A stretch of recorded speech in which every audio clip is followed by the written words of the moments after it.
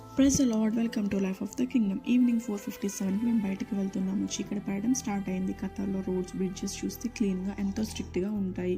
ప్రతి ఒక్కరు రూల్స్ని ఫాలో అవుతారు. రూల్స్ బ్రేక్ చేస్తే నార్మల్ ఫైన్ కాదు, థౌజండ్స్ ఆఫ్ రియాల్స్. కొన్ని ఫైన్స్ అంటే కార్స్ అమ్మేయాల్సి ఉంటుంది.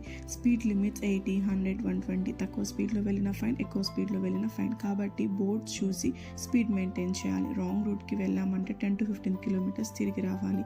ఈరోజు మా డెస్టినేషన్ 60 కిలోమీటర్స్, కానీ సేఫ్గా 45 మినిట్స్లో రీచ్ అవుతాము.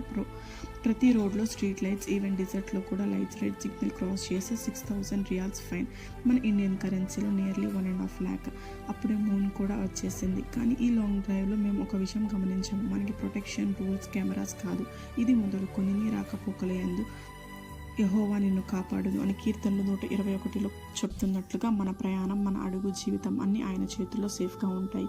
ఈరోజు మేము సేఫ్గా రీచ్ అయ్యామంటే దేవుని రక్షణ వలన మాత్రమే.